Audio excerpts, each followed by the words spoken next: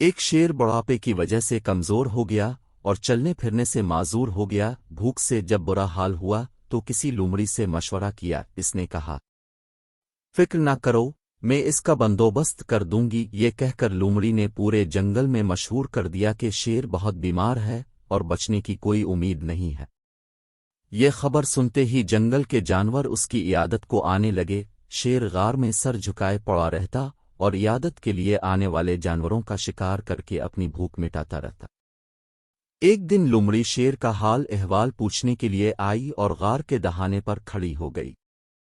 اتفاقنا اس دن کوئی جانور نہ آیا تھا، جس کی وجہ سے شیر بھوکا تھا۔ اس نے لومڑی سے کہا، باہر کیوں کھڑی ہو؟ اندر آؤ اور مجھے جنگل کا حال احوال سناؤ۔ لومڑی نے چالاکی سے جواب دیا، نہیں، میں اندر نہیں آ سکتی، میں یہاں باہر سے آنے والے پنجوں کے نشان دیکھ رہی ہوں لیکن واپسی کے نہیں۔ نتیجہ یہ نکلا کہ عقلمند لوگ قدم الفاٹنی سے پہلے سوچتے ہیں اور بے وقوف قدم الفاٹنی کے بعد۔